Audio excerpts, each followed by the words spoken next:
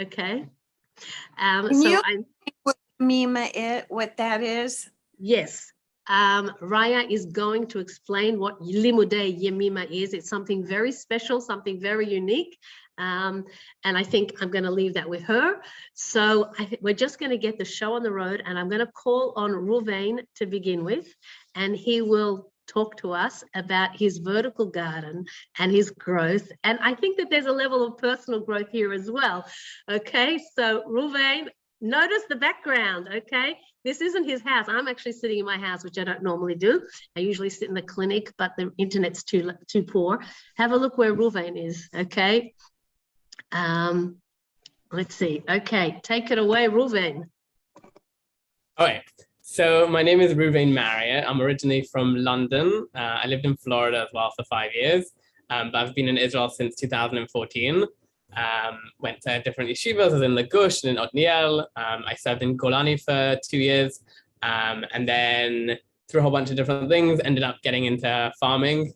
I kind of just really enjoyed gardening outside of our home in Otniel, where my wife and I lived for the last couple of years. And then eventually wanted to make this kind of into career, and through a whole bunch of hashgacha pratit, meeting different people, and getting in touch with the right people, realized that getting into vertical farming seemed to be the right thing to do. It's very difficult to find land, I think, in lots of places, but especially in Israel. So kind of with all of that in mind, I was like, okay, so vertical farming seems to be the up and coming thing. And for anyone who doesn't really know what vertical farming is, it's instead of just growing 2D, you're growing 3D. So instead of growing in an open field and you have just one, for every square meter that you grow in, you have 1 square meter of growing space, you can have as many levels as you want vertically. So at the moment in the farm, we have 6 vertical levels. So for every meter of growing space we have 6 vertical meters that we can grow in. So that's 6 times as efficient. But I think that for me, what was really important when I got into farming was the idea of sustainability. So trying to use the resources that we currently have without damaging those resources that we want to pass on to future generations.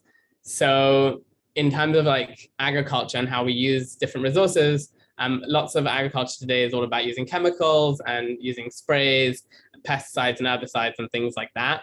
Which I don't think is particularly sustainable, neither to the land or the vegetables or the ecosystems that we are living in. So I really got into like the idea of market gardening and small scale vegetable production. So even though Tu B'Shvat is a lot about trees, my growth and my passion came a lot about vegetables. And sort of researching that and looking into that whole field of agriculture. And I kind of landed upon vertical farming because of what I mentioned before, that I just couldn't find land. Like, it's just really hard. So one of my friends who's a farmer up in Pardes Chana, he said to me, if you don't have land, why don't you just try doing microgreens? Like, you can literally do it in your spare room in your house. It's like that easy. So he put me in touch with one of his friends who I went to go see the same day in Pardes Chana. And he basically explained to me like how to grow microgreens. And he ended up selling me all of this equipment that I now use. And it was like mamash hashgacha pratit how I ended up getting into microgreens growing. And it's really cool because on the one hand, I'm using a shipping container, which is something new to us. We originally did it in a caravan that was opposite us, not Niel, which nobody was using. So that was really cool. And like, using a caravan, which is meant for living in, and nobody was living in it. So we ended up growing, kilos and kilos of food every week, which was really cool. And then we moved it into the shipping container eventually. So we're using something that was going to be scrapped and trashed, and who knows what it would have been used for. And we ended up turning it into this really cool farm. So it's really cool that it's like sustainable in that one way, that we're using something that was never intended to be used for food production. So that's something that's been really cool. And another thing is that we are using all sorts of, different things to be more sustainable. So like all of our seed is organic and non-GMO, and all of our containers that we use to put our microgreens in, all of our clamshells are 90%, between 90 and 95% recycled plastic. Which is another whole issue in Israel, that you can't really get anything better than that, but still almost 100% recycled plastic is a really good goal to be at. We're using the type of material that we're growing on is coconut fibers. which comes as a byproduct from the coconut industry. So you take a coconut and you want to eat whatever's inside, or you want to make flakes out of the coconut or whatever. You end up with all of this waste product, which is basically all the shell. So what they do is they strip out all the shell and they make it into these fibers, and you run that through a machine which grinds it up into like a potting soil. So we're using something that's sustainable on that end. Vertical farms in general use significantly less water, so up to 99% less water than field crops, which is pretty cool. So in lots of different aspects, we're very, very sustainable. But I think something I didn't mention is, what are microgreens, right? Like I've talked about sustainable farms, I've talked about vertical farms. So what are microgreens? Like I think that's what a lot of you came to kind of find out. So microgreens are young vegetables that grow between 7 and 14 days, and they have up to 40 times the minerals, vitamins, nutrients, and antioxidants than the adult versions do. So like if you were to eat like a portion of broccoli, you could have up to 40 times the amount of nutrients, vitamins, and antioxidants that you're getting in that regular portion that you'd eat sort of at your Shabbat meal. So it's really, really interesting. And on top of that, they have lots of these health benefits. So broccoli, recently I was reading an article that by a professor here in Israel from Rambam Institute up in Haifa. And he's like a dietitian, and he basically was saying that like the new research coming out about broccoli is that it's really, really great for helping the body to remove all of the air pollution that we breathe in, right? Like most of us live in cities and we're breathing in lots of air pollution, whether that's from cars, trucks, or all sorts of industries that are just polluting the air. So microgreens, broccoli microgreens are really, really good at reducing that effect on the body. So like each of the microgreens has like a different thing, like a different aspect that it can really do to help the body. So other than them being really tasty and really fresh and really great to add to your meal, they also have incredible health benefits. So I think that they're like a really cool way to add, a vegetable to your diet. And especially when a lot of us are sort of running around life and don't have time, like it's a really great way to do things. And yeah, so I think that this type of vertical farming is like really interesting, and especially when you combine that with nutrient dense microgreens, I think it works really, really well together. And yeah, and I think that another thing like to talk about just growth, like setting up a container like this is not easy. Like we took a shell that was literally like empty, like everything you can see behind us, which we'll go into in a second. There was just nothing here. There was no floor, there was no electricity, there was no lights, there was no water or anything in here. So we had to bring in electricity and water, and we had to do the floor, which we're literally about to redo. Tomorrow we have a harvest, and then Wednesday, Thursday, Friday, we're redoing the floor, which is a whole issue in itself, but we're getting that sorted. And yeah, we had to like do everything. The lights had to be put in, air conditioning to keep the temperature right. This whole machine behind me is a huge dehumidifier to keep the humidity below 50%. So I just turned it off now because it makes a lot of noise. And then if I grab my phone and I turn on Zoom on my phone, I can then show you the way that our racks work, because basically we're not growing just like on tables on floor. We're growing in these trays that are on racks. Waiting for this to, here we go. Got it. Okay. Can you guys see me? Hang on. There we go. Okay. I assume now you can see me once and you can hear me once. Yes? Yep. Good. You're good. Great. Sorry?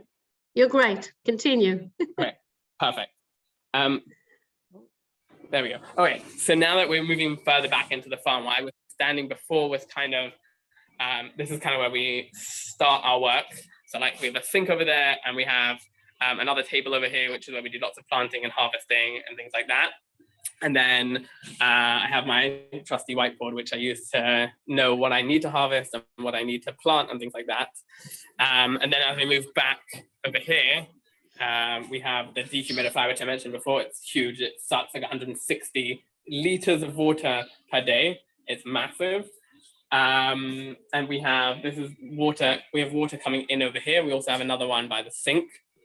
And then here, so here are the racks, which we have all lined up against the wall at the moment. The eventual plan is to have them along both sides and down the middle. But right now we have 5 racks that have lights on them. So on each level, we have 4 full spectrum LED lights. Full spectrum meaning that you're not just getting, say, white light, even though this looks white and this looks purple. these have a full spectrum. So you have all the different colors of light coming out of these lights. They are more heavy on the blue side because the microgreens really, really like blue light because they're basically very young vegetable starts. As you can see, like they're very, very young. Right? This is going to be harvested tomorrow, and basically this is what I'm going to put in the boxes. Are these very, very small little plants that are very, very nutrient dense. And because they're so small, they really like the morning light. Morning light is very blue heavy. So even though the color of this looks a bit more yellow than this, which looks white, they're very, very heavy blue. So each of the levels here have 4 lights. They also have a fan on them. And the fan is basically helping to, even though these LEDs, to push off any excess heat coming off the lights, and it just pushes it out the way. And it also just helps with airflow, because airflow is very important in a sealed environment. So again, as I said, we have 4 of these along here. We actually have another one along the other side. That's an experimental one, and we're using different lights to see what works best. And basically we have 6 levels. So 1, 2, 3, 4, 5, and 6 down there.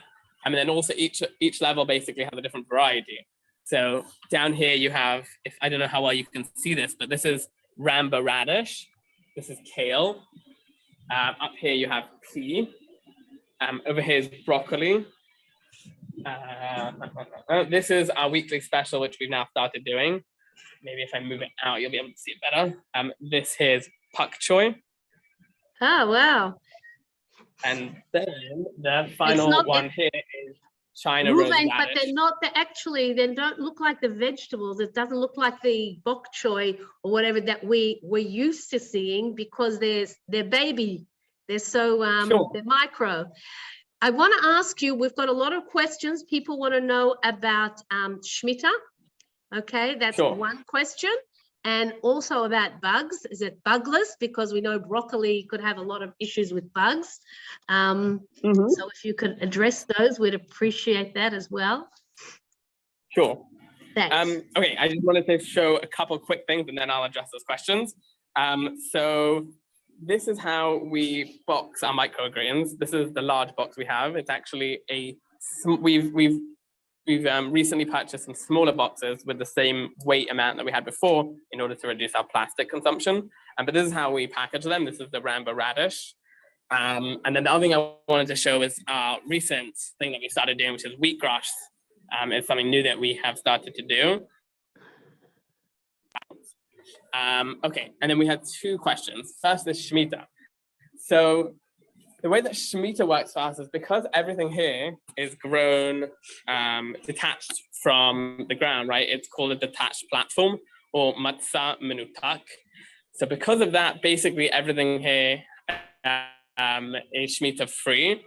And we have kashrut l'mahadrin from the Moetzah Ezorit for Shafir.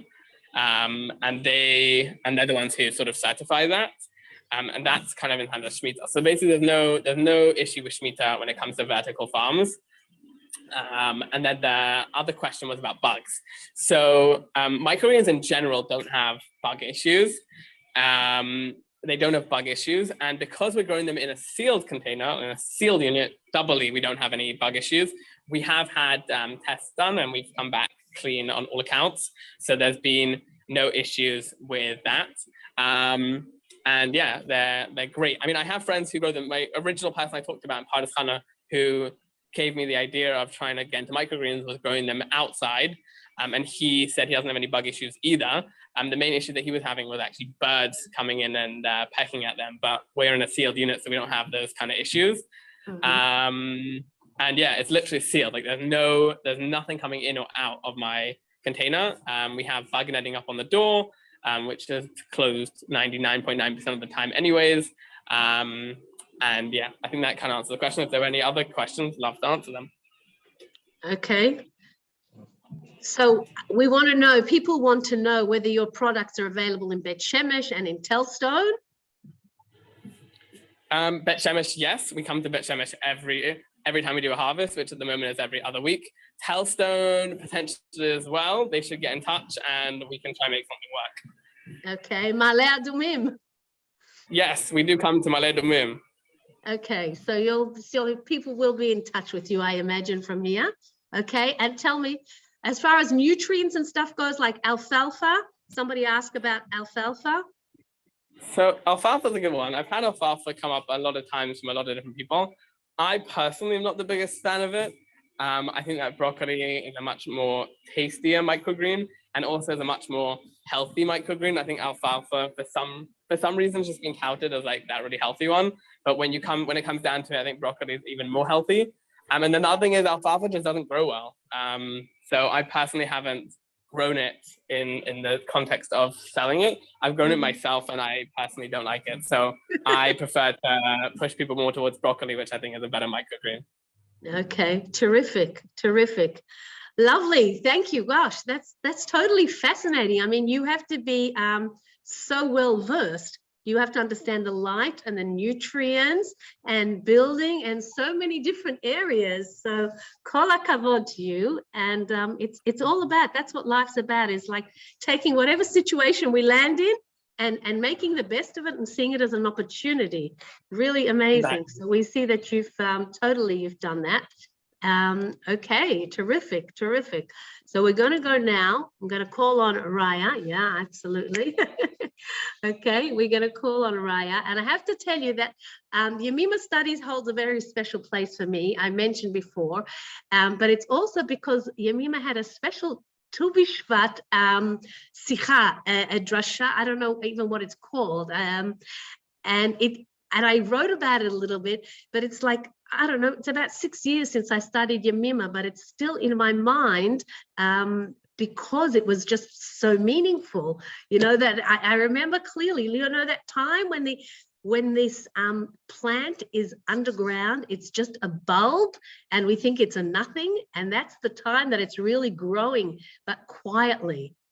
And I think that was so powerful because that downtime, and perhaps it's Shabbat for us, that downtime and that quiet time for us is not necessarily, it's a really powerful period of time in which we can actually grow. And then when we have the opportunity and when the winter comes or it spurts, that is when all that power and everything that we've invested in that bulb can spurt forth.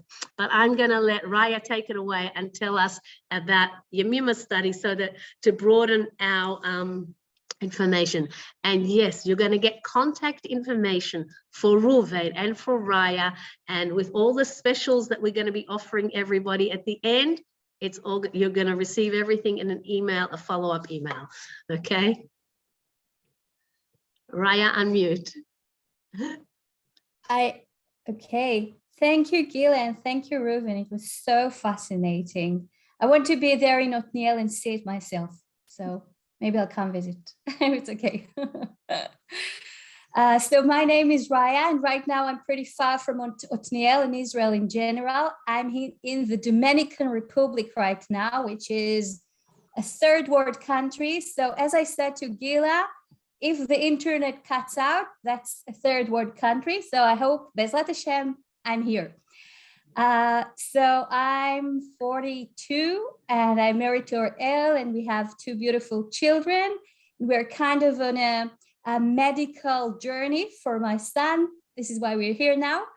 And I've been learning the Yemima learnings for about 15 years, and I've been teaching for around 7 years in Hebrew and in English as well, translating the words that Yemima gave us from Hebrew to English. But let me tell you about Yemima, because I think that's a bit more important than getting to know me maybe. So Yemima was a very, very modest woman. She wouldn't like us to talk about her, but I will give you a few ideas about who she was. She was born in 1929 in Morocco. She was from a dynasty of Kabbalists. So this is something she observed from home, a lot of Jewish spirituality. And when she came to Israel, she made Aliyah in 1949. After a while, she made her master's in psychology.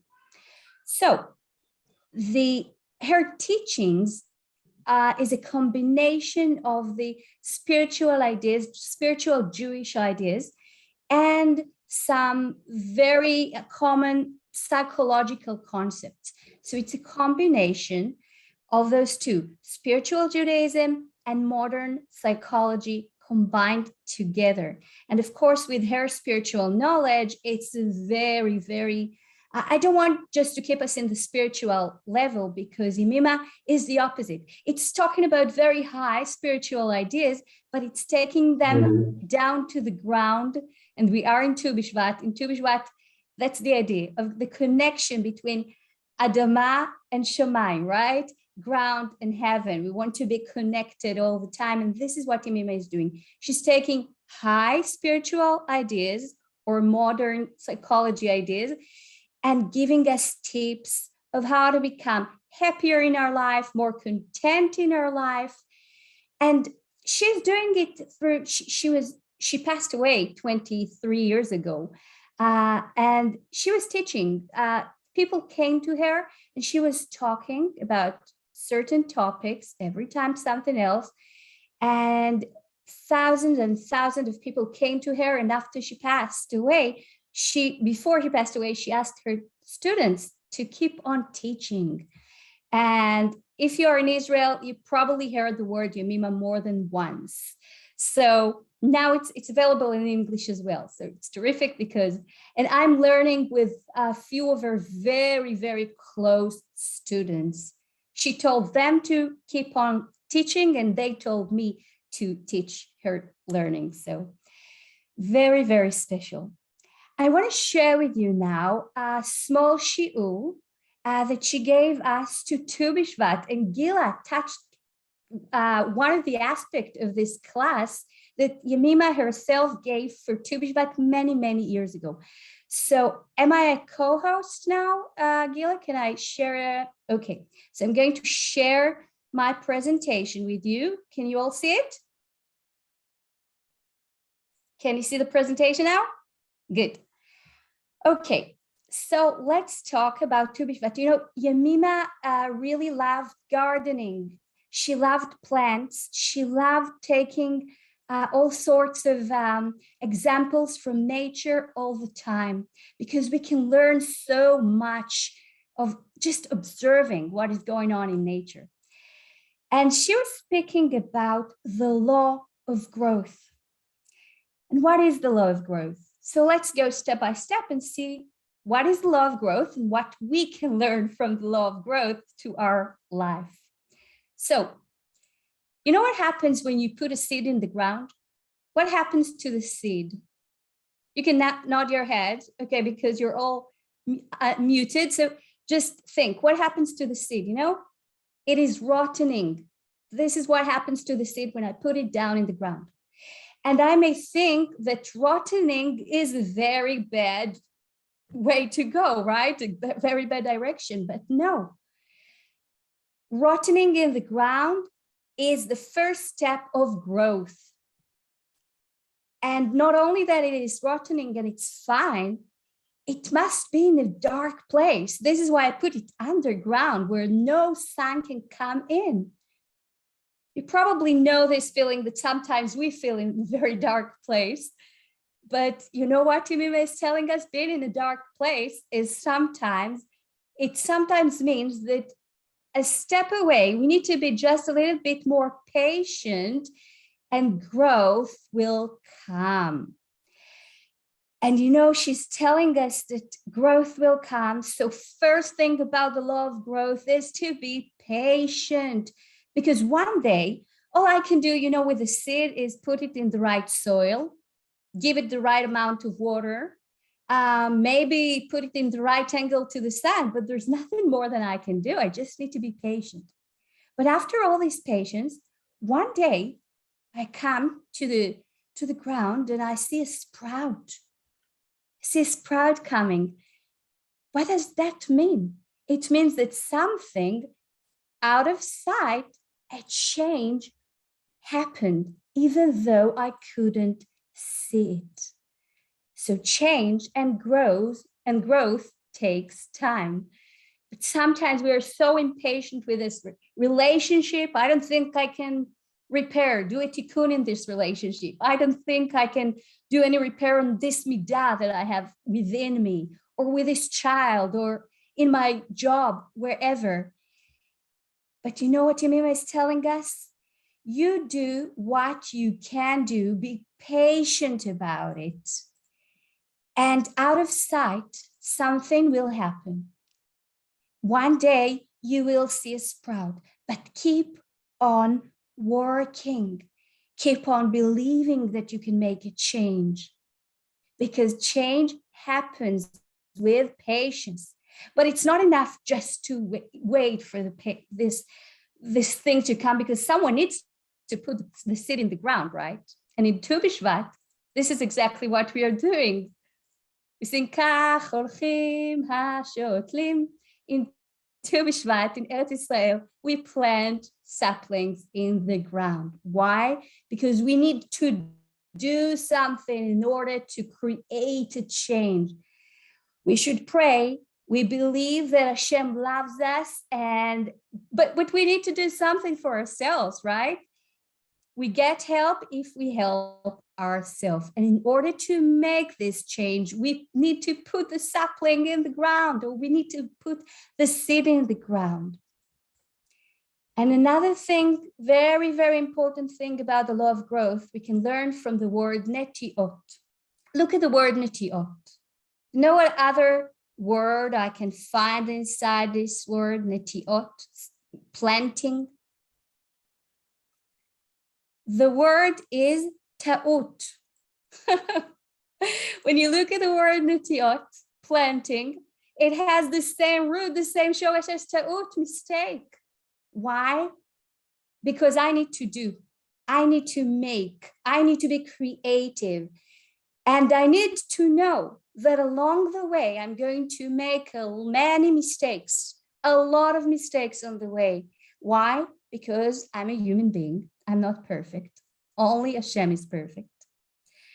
And I will do many mistakes. And Yemima is telling us that if I will be afraid of making mistakes, I will get nowhere. There will be no growth.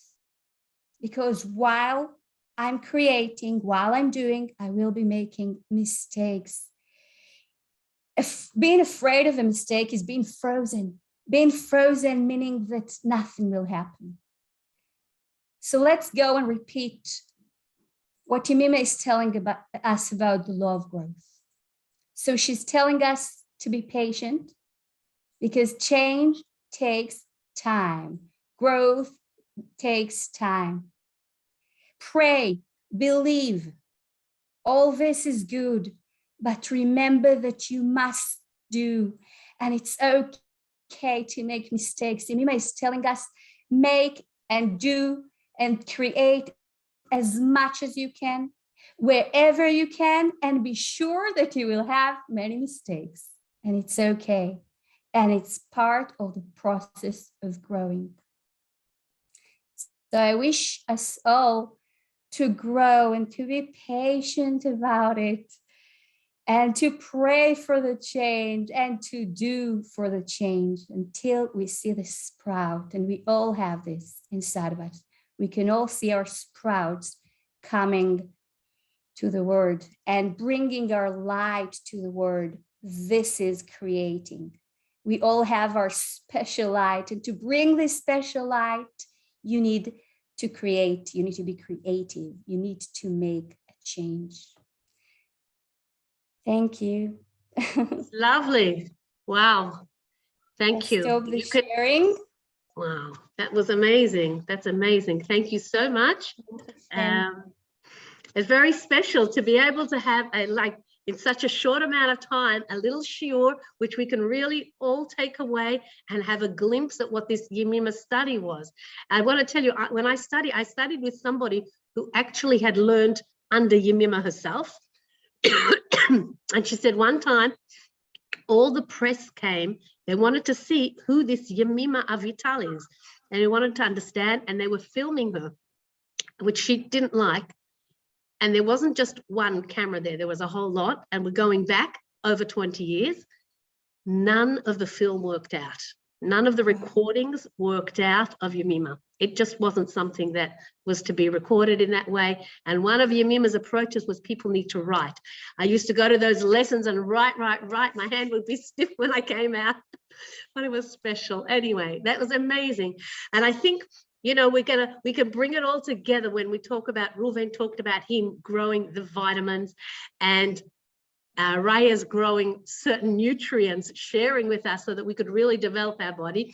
And today I want to share with you minerals, because one of the things, one of the names of crystals is also minerals. Many people call them minerals as well, because they are full of minerals, and they are one of the gifts of Hashem. I mean, Hashem has given us so many special gifts. But when I think of plants, I guess, you know, nature is my thing. I walk outside, and this week, you know, I see a yellow daisy in my garden, and it makes me smile. And that's what nature can do to us. And when we know, and I've talked about this before, that when we have that happiness coming from within us, first of all, whatever we do has a different type of energy. It's got this great positive energy, and it's something that we always want to strive towards. So you know, with the crystals, obviously that brings me joy, and I want to explain a little bit how they work and what we do with them, because come up here, and I'm not sure that I get into, because I've got all these crystals here that I want to tell you about, and I want to show you. And I want to tell you what happens is the crystals, they have frequencies. I used to think anyway, that there's these objects that, you know, may be pretty, but that's what they are. But in fact, they have these frequencies. They are a molecular structure. They have this continual geometric structure that repeats itself at in a very constant way, which is the big mela, the great quality of the crystals. And each crystal has a different chemical makeup. So why am I telling you this? We didn't come from a chemistry lesson, and you could rest assured that I wouldn't be teaching you a chemistry lesson, because we too have frequencies. And sometimes our frequencies aren't exactly perfect. And our subconscious understands which frequency it is and what's going on, and what light and color the crystal is projecting, and which crystal it is that we actually need, because each crystal talks to us in a different way. They each have different things that they share with us. So I've picked up the rose quartz, which is interesting. And I chose the rose quartz today. I'll tell you, the crystals that I chose today were to deal with new beginnings, because I think, you know, the birthday of the plants, it's a time for new beginnings. It's a time for our growth. So I chose crystals for that. And I think we want that calm, that quiet, that downtime in our life, so that we can reassess and really move forward when we surface again. So, for example, I took the rose quartz because I always believe that in order to accomplish anything, we have to feel good about ourselves. As Raya said before, we are all children of HaKadosh Baruch Hu, of Hashem, and He loves each and every one of us. So we have to be really confident and know that very well. And I think rose quartz is going to help us with that, to give us that understanding of our love and to love ourselves. We were each placed here in this world to share something special. Okay, and when we know that we're here for a specific purpose, it gives us a certain level of confidence. And I brought in the amazonite today, because the amazonite is also a beautiful crystal, which is also going to help us accept ourselves and feel good about ourselves. Okay, it's going to help us when we have perhaps these ups and downs in our moods, and it's also going to help us with our spiritual growth. So I couldn't let a crystal that was going to help us with our spiritual growth not come along with us.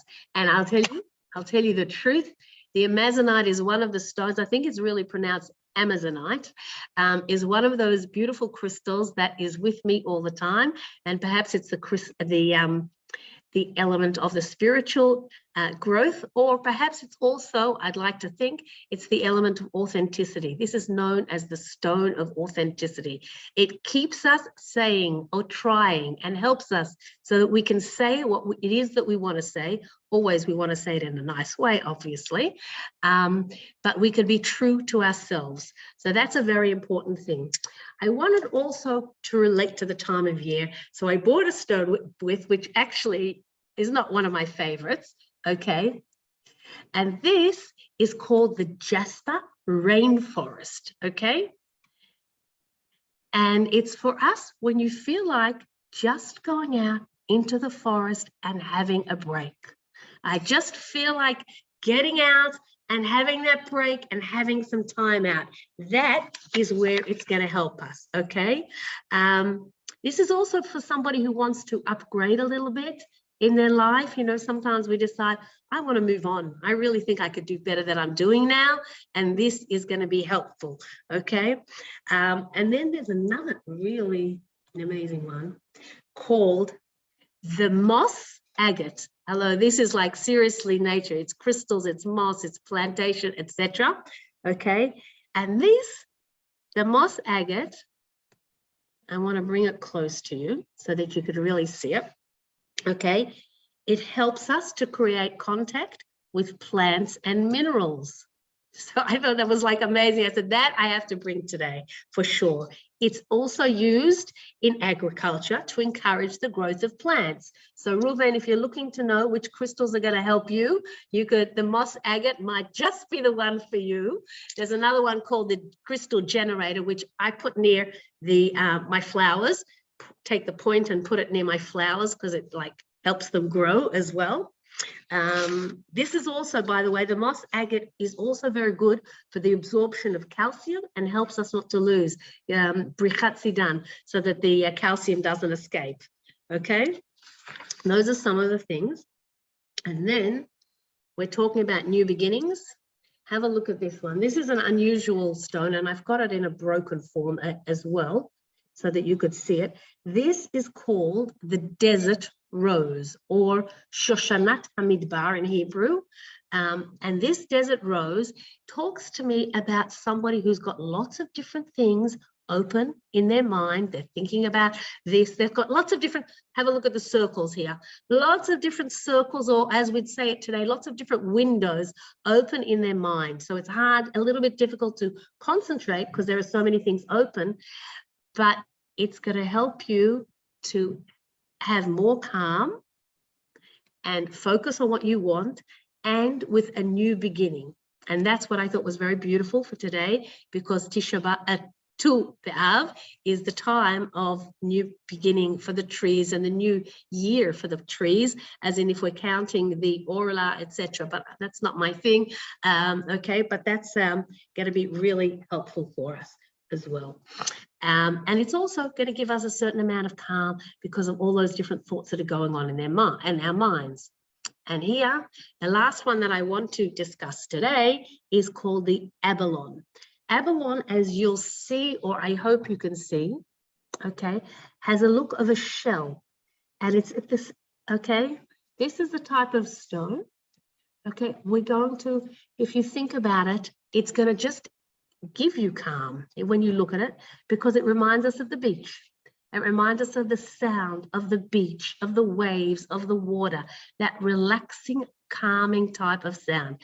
And when we have that calm, we've quietened so many things in our mind, we're able to come up with a lot of different things and think of things and move on and deal with issues that very often have been stuck because we haven't dealt with them the way we want.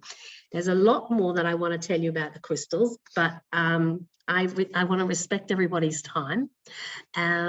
So I'm going to ask Reuven and Raya to unmute themselves again, and each of them are going to tell us what their special offers are for all of you folks that joined us today on our panel, our Tu B'Shvat panel. Okay, so Raya, what is it that you're going to share with everybody that your special offer is?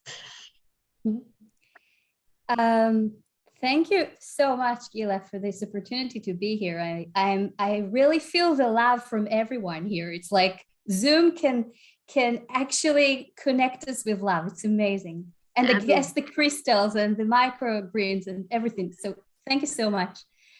Well, I want to invite whoever wants to try and learn the Yemima method. There are two ways to do that. You can either it's on Zoom.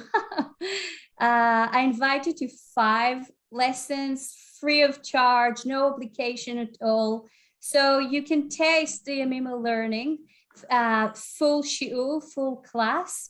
I can send you 2 of the introductory terminology to get to know the Yemima method a little bit.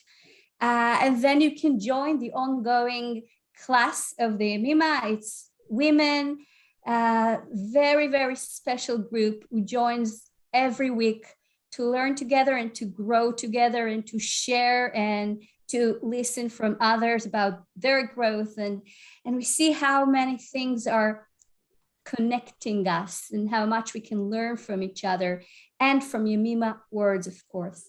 And you can also subscribe to my YouTube channel or to my Facebook page, where I try to download it to upload videos, like short videos of the Yemima tips, Yemima ideas that will help us in everyday life. So that is on Yemima with Raya, Jewish Mindful Thinking. And I believe Gila will send you the links as well. That's right. So they're also on the website. 5 lessons free of charge. Come and just taste and see if it's right for you, and you can go on. If it's not, then I will be very happy to get to know you a little bit better. And Sounds it's all wonderful. Zoom. Thank you, Raya. That sounds amazing, amazing. And Reuven. Okay, so first of all, thank you so much for having me. It was really great to be here. It was great to hear from both of you, both Raya and Gila, about the different amazing things that you guys do, and the different aspects that you brought to the Zoom tonight. I think that Zoom is a really great platform to connect us to different parts of the world. Like, I'm sitting here in Israel, but I know that there are people, like yourself, Ryan, in the Dominican Republic, and I'm sure there are people in America, potentially England, and who knows where else in the world. So I think it's a really great way that we can all connect together and hear these amazing ideas. And my offer that I have for you guys is I am willing to come and personally deliver for free and remove my delivery fee for your first order, and that will be sent out from Gila through her email. So I would love to have you guys try our microgreens, and I'll be more than happy to come deliver. Wow, thank you. Do you make it to the Modi'in region? Yes, I do. Okay, great. That sounds amazing. Okay, we've still got, I'm going to tell you what my offers are, and then we usually have a raffle. So I've still got a raffle here for you, ladies, and I think we've even got some gentlemen, which is unusual for us. So first of all, I'm running a webinar, okay? Next week on the 23rd, there will be a webinar to bring a little bit of more magic into your married life. This is a ladies only, but it's going to be really interesting, I'm telling you. Some really great tips just to enhance our relationships, obviously using crystals. And obviously when I run a webinar, the basis always begins with the Jewish aspect. So before we could really appreciate what crystals are, we have to understand the Jewish side of it, and that they are really kosher, and where they're spoken about in the Gemara, in the Torah, the different Mefarshim. It's not a shiur, because I'm not a shiur person. I don't have qualifications, but certain things about the crystals I obviously need to know, want to know, and love to know. I'm also beginning a course. So if any of you are interested in studying more about crystals and learning about assessments, then you're welcome to come begin the course with me. There's a 10% discount for signups till Motzei Shabbat. I had to do this special until Motzei Shabbat. Normally I do it till Friday, but I did it till Motzei Shabbat because the date is just such a cool date in English. It's the 22nd of January, 2022. So you'll all remember that. So I said, no, we'll just extend it till Motzei Shabbat America time. So you've got lots of time to consider all of these special offers that the three of us are offering you. And now, okay, I'm going to ask Raya to choose a number between 1 and 40, okay, for the raffle. 22 because of your Okay. 22 is Naomi Bilowa. Okay, that's Naomi there, right? And Naomi, I'm raffling today, it's Nature's Antibiotics, okay? These crystals, this is my Nature's Antibiotics. You take the crystals and you put them in a glass, see glass here? Yeah. And you cover it, and it's got water here, but this is mineral water, and I drink this water once a day, and these are my to boost my immune system, and we call them Nature's Antibiotics. They're just crystals, okay, full of minerals, full of goodness. And Naomi, that's what you've won, and I'm going to post them out to you, okay? I must say something. Yes, 2 is my favorite number. And when I was giving birth, I realized it was the 22nd of the month, not this month, but at that time. And I said, oh, this is going to be a smooth delivery. Her birthday was the 22nd. And now you're talking 22. I mean, 2 has always been my favorite number. So double 2 is even better. Thank you so much. oh, wonderful. Thank you, I look Naomi. forward to the benefits. Amen. Absolutely. Absolutely. Thank you, everybody, for being with us tonight. Okay. Or today. In America, it's still Tu B'Shvat. Enjoy the rest of your Tu B'Shvat. We're on Motzei Tu B'Shvat. Thank you, everybody. All the best. Thank you, Gila. Thank you, Raya. Thank you. Thank Pleasure. you, everyone. Thank It was you. amazing. Thank you, Thank Reuven. you so much. Thank you. That was Super, super amazing. interesting. Thank you.